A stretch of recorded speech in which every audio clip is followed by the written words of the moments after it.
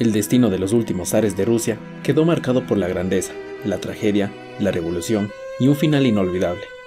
Únete a nosotros en este épico desenlace que revelará los secretos ocultos y los destinos entrelazados de una familia real icónica.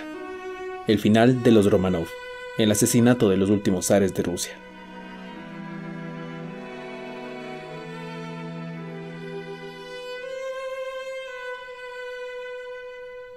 El ascenso y reinado de Nicolás II fue un periodo crucial en la historia de Rusia y de la dinastía Romanov. Nicolás II, nacido el 18 de mayo de 1868, se convirtió en zar de Rusia en 1894 tras la muerte de su padre Alejandro III. Nicolás II ascendió al trono en un momento de profundos cambios y tensiones en Rusia. Durante su reinado, se enfrentó a una serie de desafíos y crisis que afectaron significativamente su liderazgo y la estabilidad del Imperio ruso. A nivel personal, Nicolás II era un hombre tímido y reservado, con una personalidad introvertida. Su crianza conservadora y su falta de experiencia política contribuyeron a una visión limitada de los problemas y a una desconexión con la realidad social del país. Durante su reinado, Nicolás II implementó políticas autocráticas y conservadoras, manteniendo un sistema monárquico, autoritario y resistiéndose a las demandas de reformas políticas y sociales. Esto generó tensiones y descontento entre diferentes sectores de la sociedad rusa, incluyendo la clase trabajadora, los campesinos y la intelectualidad. La participación de Rusia en la Primera Guerra Mundial fue otro factor determinante en el reinado de Nicolás II. La guerra ejerció una enorme presión económica y social sobre el país, y el zar se vio envuelto en decisiones y estrategias militares que resultaron en derrotas y pérdidas humanas significativas. La insatisfacción popular y el malestar social se intensificaron a medida que el país enfrentaba dificultades económicas, escasez de alimentos y un sistema político ineficiente. Estos factores contribuyeron al clima de inestabilidad que eventualmente llevó a la Revolución Rusa de 1917 y a la caída de la monarquía.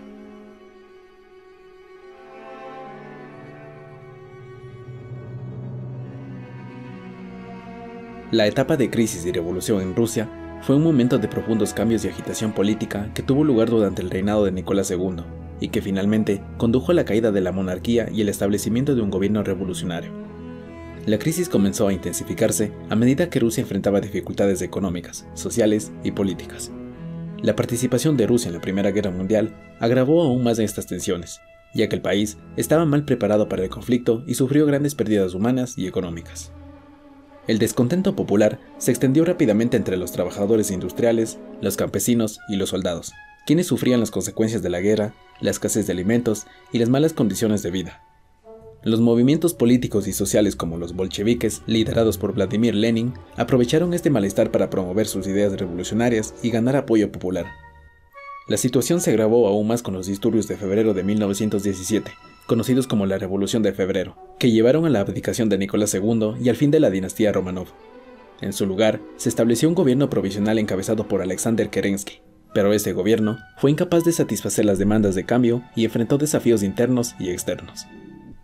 La situación política y social siguió deteriorándose, y en octubre de 1917, los bolcheviques llevaron a cabo la Revolución de Octubre, tomando el control del país y estableciendo un gobierno comunista liderado por Lenin. Este evento marcó el inicio de la era soviética en Rusia y sentó las bases para la formación de la Unión Soviética. La etapa de crisis y revolución en Rusia estuvo marcado por el colapso de la monarquía, la agitación política y social, y la consolidación del poder comunista. Fue un periodo de cambios radicales que tuvo un impacto duradero en la historia de Rusia y el mundo.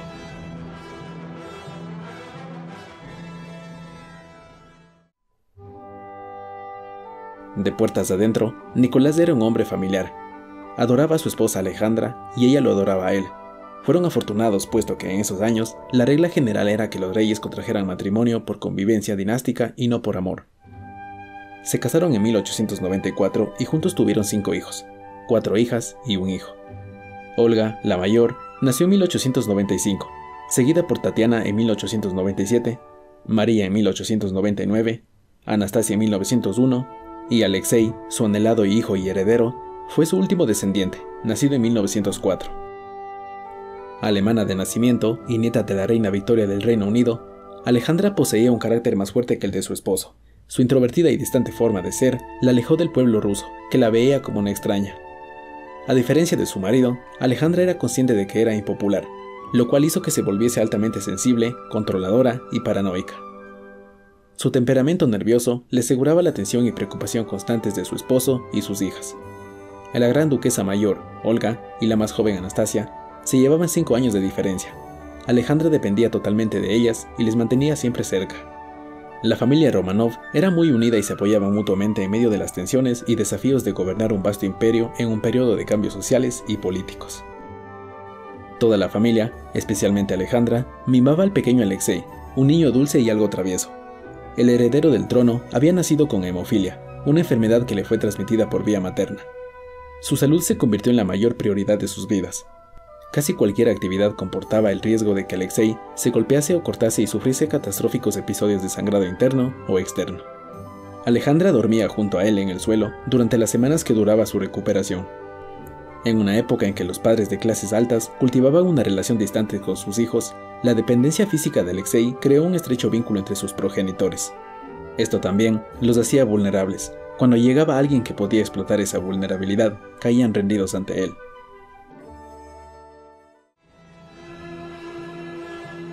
Grigori Rasputin, nacido en el oeste de Siberia, era un autoproclamado hombre santo. Tenía una reputación ambigua debido a su comportamiento promiscuo, sus poderes sanadores y su capacidad de predecir el futuro. No está claro si era un charlatán o si realmente creía que gozaba de poderes sobrenaturales. Lo cierto es que los Romanov creían ciegamente en Rasputin y él ejerció una poderosa influencia sobre la familia real, en especial sobre Alejandra.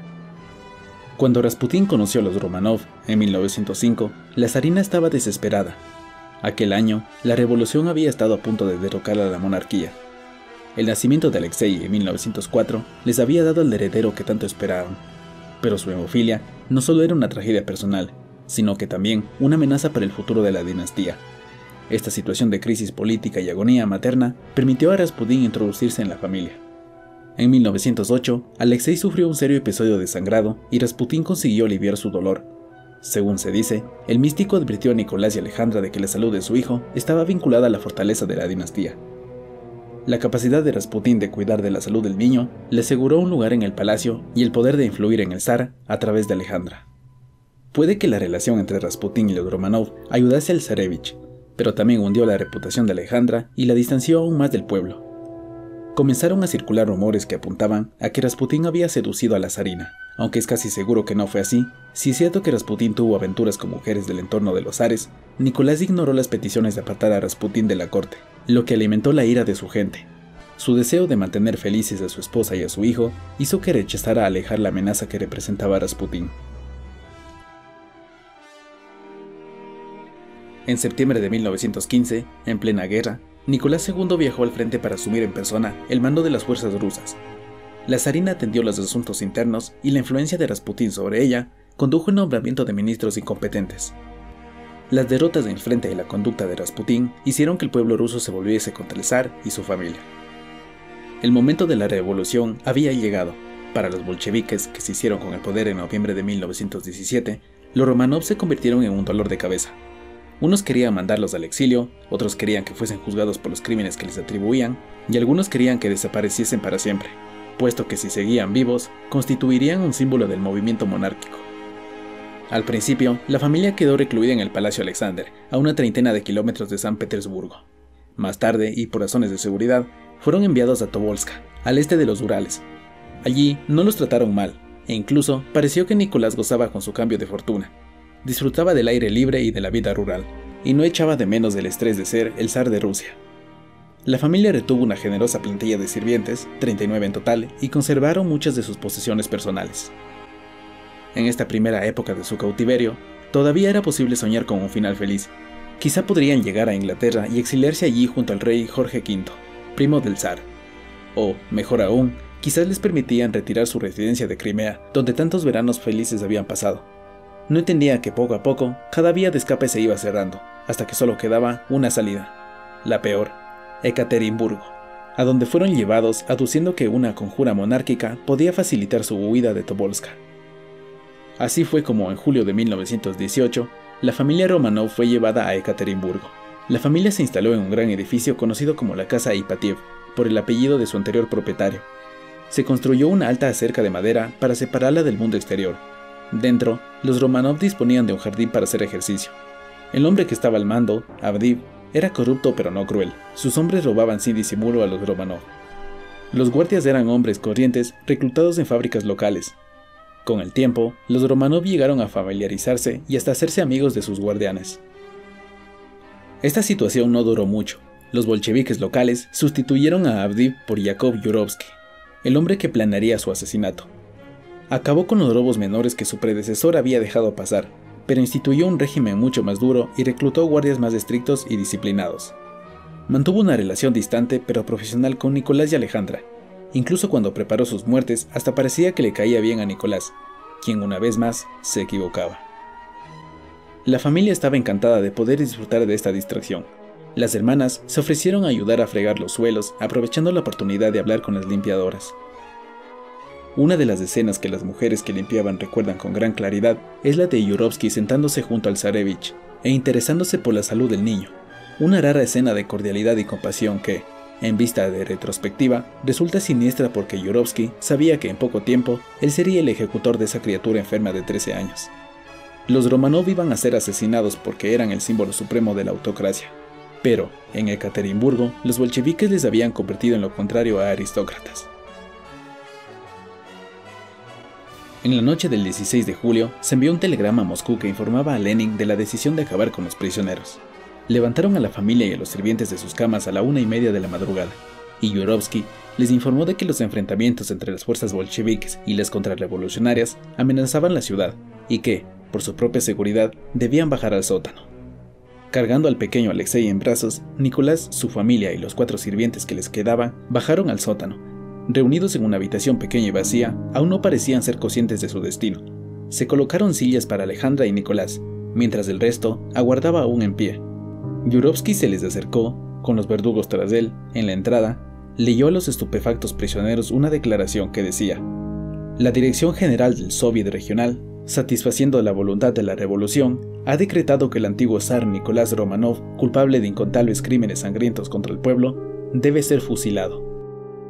Cuando terminó, comenzaron a disparar a la familia. Los testimonios discrepan entre sí, pero la mayoría afirma que el zar era el objetivo principal, y que murió a causa de varios disparos. La zarina Alejandra pereció después de que una bala le alcanzara la cabeza. La disciplina de los asesinos se desvaneció a medida de que el humo de la pólvora inundaba la sala. Las grandes duquesas parecían ilesas, ya que las joyas que habían escondido en sus corpiños pudieron actuar como un escudo durante el ataque inicial. Uno de los asesinos, un borracho llamado Ermakov, perdió el control por completo y empezó a acuchillar a los Romanov con una bayoneta. Tras 20 minutos de horror, de disparos, apuñalamientos y golpes, la familia y sus sirvientes estaban muertos.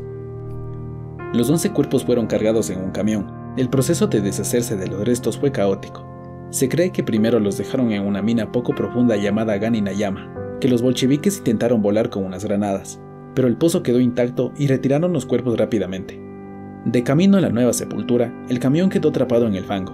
Entonces sacaron 2 de los cuerpos, que hoy se cree que eran de los de Alexei y María, y se deshicieron de ellos en el bosque. Los otros 9 cuerpos se empaparon en ácido, se quemaron y se enterraron en una fosa no muy lejos de allí. Poco después de que los bolcheviques anunciasen la muerte de Nicolás II, aseguraron que Alejandra y Alexei estaban vivos en algún lugar seguro.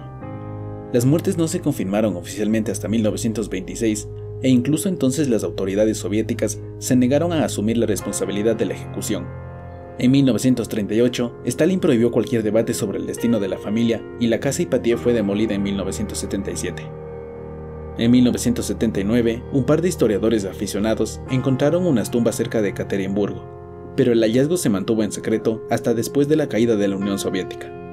Entonces, en 1991, se exhumaron los restos de 9 personas, que después se analizaron y se identificaron como Nicolás, Alejandra, Olga, Tatiana, Anastasia y sus 4 sirvientes. En 1998, los restos de la familia fueron enterrados en San Petersburgo, en la Catedral de San Pedro y San Pablo, el lugar de la sepultura tradicional de los zares. En el 2000, la Iglesia rusa ortodoxa canonizó a Nicolás, Alejandra y sus 5 hijos como los portadores de la pasión, y en Ganinayama, el primer lugar donde los bolcheviques intentaron deshacerse de los cadáveres, la Iglesia ortodoxa rusa levantó un monasterio. En 2003, se consagró la Iglesia de la Sangre Derramada en Ekaterimburgo, en el lugar que antaño había ocupado la casa Ipatiev. Por último, en 2007, se hallaron los restos de Alexei y María, que se identificaron gracias al análisis de su ADN. El final de los Romanov y el brutal asesinato de los últimos zares de Rusia marcaron el trágico colapso de un imperio y el comienzo de una nueva era. En medio de la crisis y la revolución, la familia Romanov sufrió un cautiverio que los llevó a un destino oscuro y violento. Aunque la verdad sobre su muerte permaneció oculta durante mucho tiempo, su legado perdura en la historia y la cultura rusa. Su sacrificio, dolor y el misterio que los envuelve nos invitan a reflexionar sobre el precio que puede pagar una familia real en tiempos de revolución. Los Romanov, víctimas y testigos de una época tumultuosa, se mantienen como un recordatorio indeleble de los capítulos más sombríos de la historia humana. Esperamos que este video sobre el trágico final de los Romanov haya captado tu interés y te haya sumergido en la intrigante historia de esta icónica familia. No olvides dejar tu comentario, darle like y suscribirte a nuestro canal para más contenido histórico e intrigante. Hasta la próxima.